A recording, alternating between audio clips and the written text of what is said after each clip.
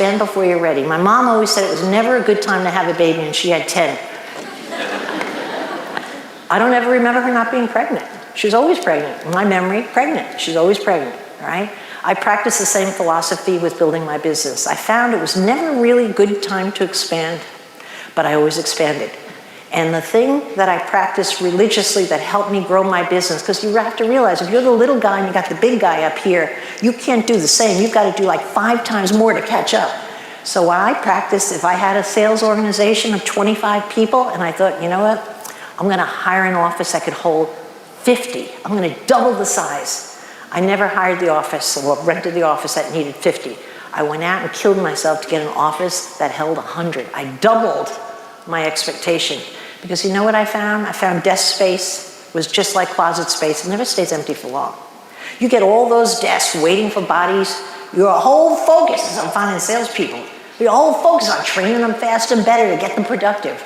And I found that I was able to leapfrog over my competitors because I was super aggressive in expanding before I was ready, and I trusted that somehow it would all work out, and it always did work out because you have a gun to your own head and you have to run like crazy to catch up to yourself. And so it took a little courage or stupidity on the front side, but without it, I could have never grown and become the #1 firm in New York. It just wouldn't have happened. It was too long in catching up. Everybody was in business much too long for me to ever catch up. So that lesson is expand before you're ready. You scale too fast. The foundation of this mistake is the previous slide. So this is how scaling too fast works. So we have now calculated that, conservatively speaking, we're going to do 1.5 million cans of dog food per day. Oh my God, we need to really put in a service infrastructure. We need to have multiple warehouses because we need the dog food shipping out. 1.5 million cans of dog food per day. You know, we should have a headquarters, we should have a shipping facility in Northern California, Southern California. We need one in Texas, we need one in Chicago, we need one in Boston, we need one in Miami, we need one in Burlington, North Carolina. We need one everywhere because, damn it, we're going to have great service. And so we need these multiple warehouses. We need support 24/7 because people are going to be buying dog food all over the time, all the places, 1.5 million cans a day, conservatively speaking. And so what happens? You make your burn rate come out $500,000. And guess what? Your rockstar CTO roommate is late on the software. And so you're burning $500,000 because you have all this infrastructure, you have people, you have buildings, you have all these systems and all these things in place, and the software is late.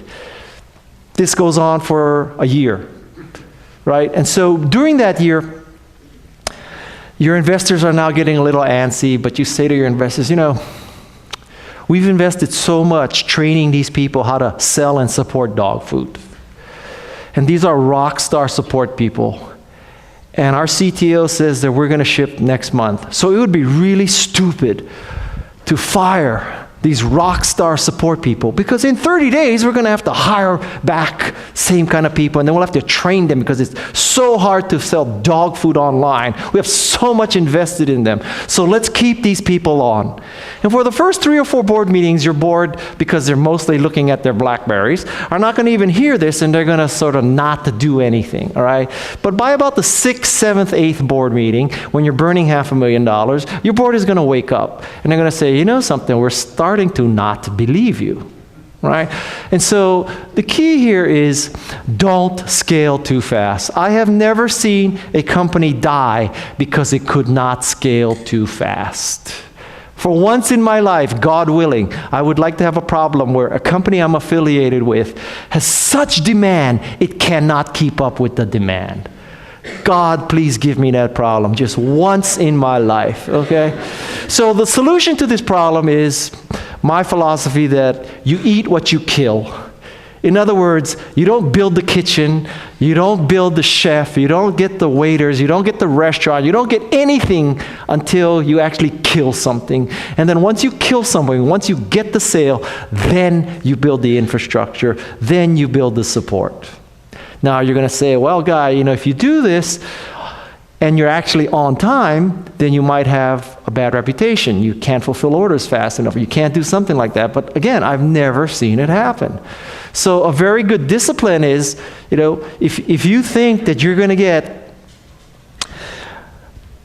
25 million page views a month, so you need to have 2 sets of buildings and you need 2 sets of IT and all this customer service, I'll tell you what, When you approach 25 million, let's just worry about it then, okay? But until then, because the odds are you will be late. Odds are you will be late. So eat what you kill. My intention with this video was to spread understanding, not fighting. I want you to see that it's not one point of view or the other. You can pull and learn from both, especially the one that you don't immediately resonate with. Embrace the genius of the and.